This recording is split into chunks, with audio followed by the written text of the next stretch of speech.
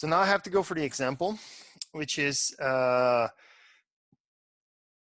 example of a comparative study of around 1,700 publicly available metagenomes. So you can see here like aquatic, extreme, food, fossil, host associated. So these guys just gathered some metagenomes that are available on the internet, and they wanted to analyze this and see what is the overall structure of all these things together.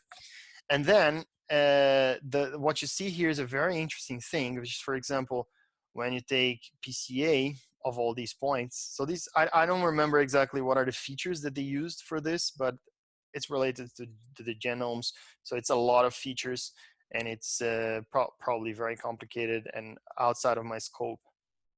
So all I know is that they used 3 different dimensionality reduction methods in order to compare and to visualize these things.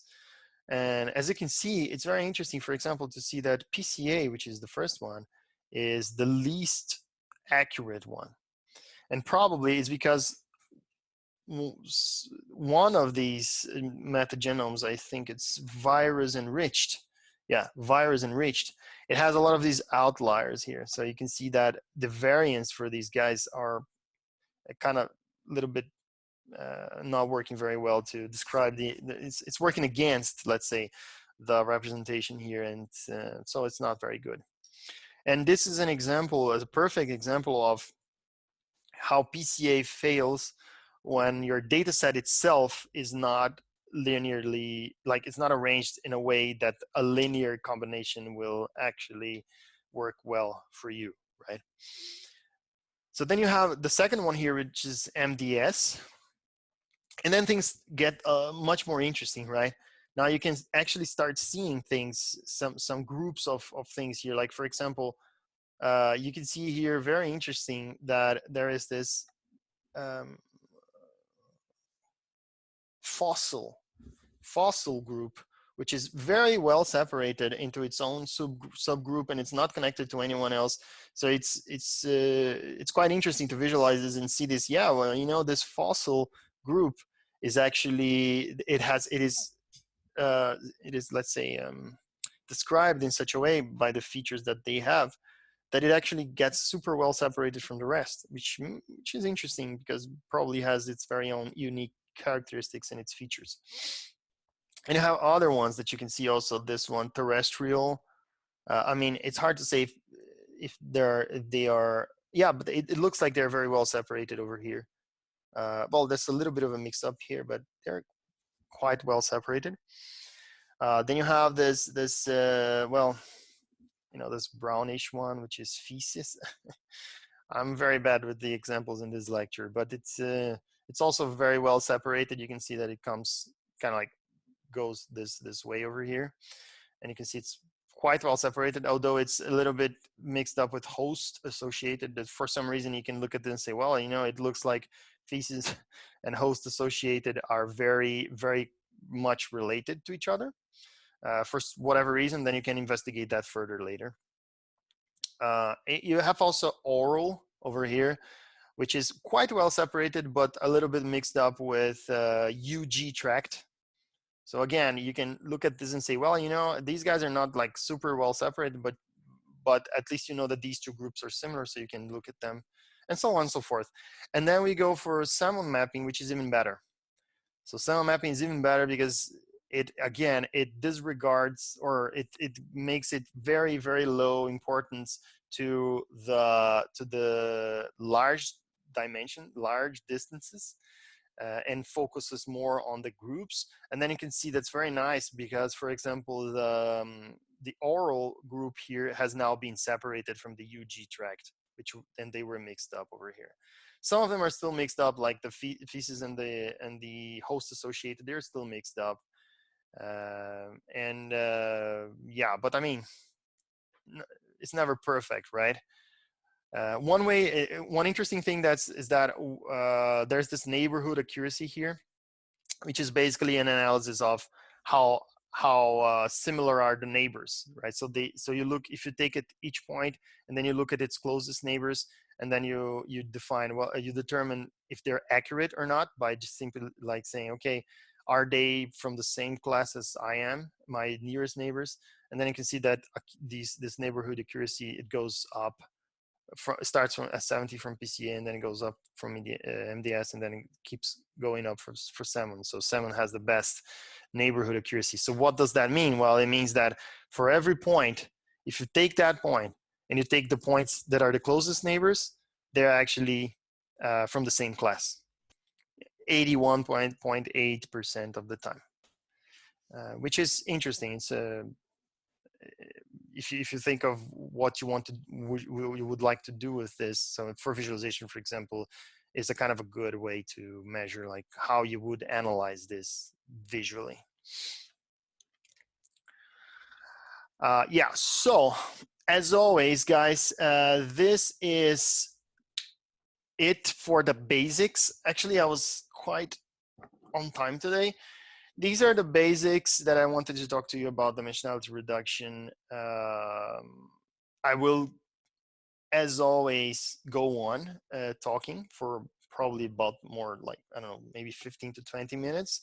So those of you who want to stay, you are very welcome to stay.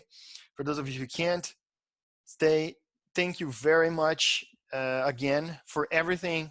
This is probably the final time where we are actually going to have this closer interaction. I mean, maybe we can talk more on Slack and so on, but I just want to make sure to thank you very, very much for coming to the lectures, even though you know, it's not the same as a physical one, but I appreciate it, and I hope I was able to give you some knowledge on these weird things. For those of you who want to stay, also thank you for staying. And I'm going to talk a little bit more about some couple more examples of more advanced techniques that are also interesting and maybe nice to know. More recent also, because these two ones, even though they're very basic and they lay the ground for all the dimensionality reduction techniques, they're a little bit old by now, and there are some newer developments. So if you want to see it, you're welcome to stay.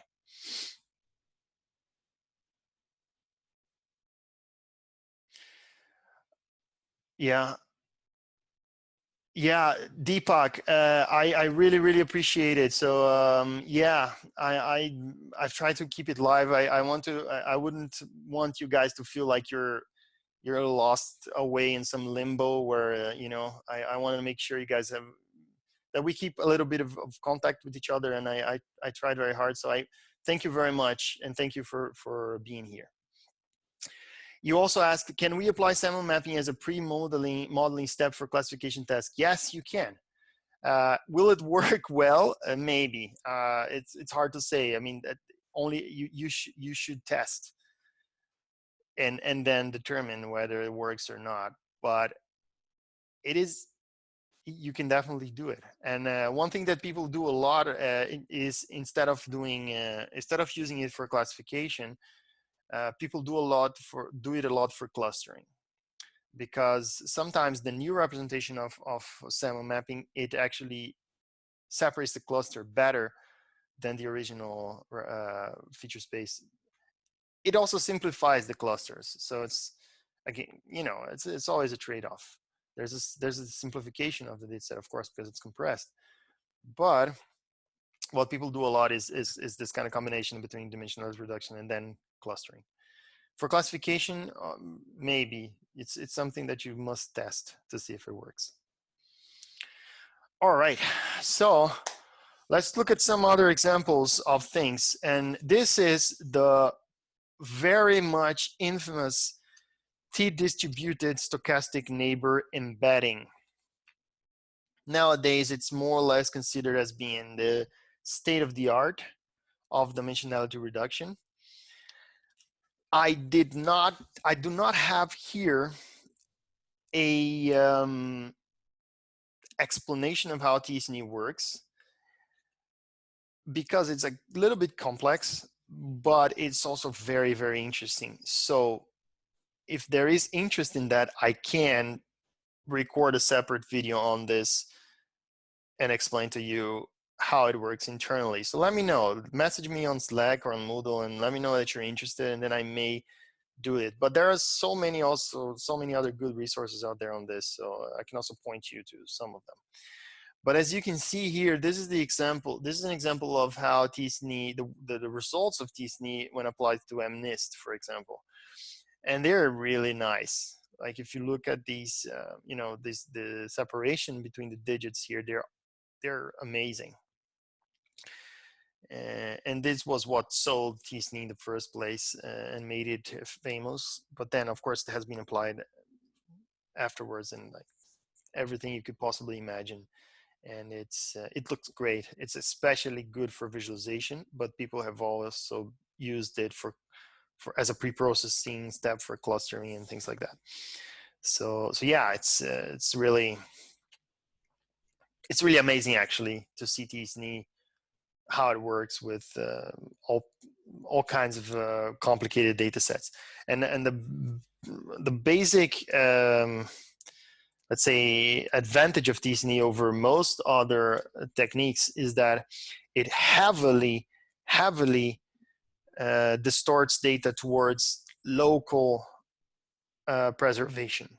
So it basically completely forgets about large dimensional or large original distances. So if you look at points that have large distances, you know, they're basically like completely ignored. But at the same time, it focuses so much on local optimization that when you look at tight clusters of points, they're really well optimized. They're really neighbors. And this is what you see, for example, in these numbers. And with the colors here, you can see like this is number 1, this is number 0, this is number 6, or maybe I'm mistaken now, or maybe this is number 6. I'm not sure. Or we can actually look over here. Yeah, this is number 7, and this is number 6. So I guess it's a bit small.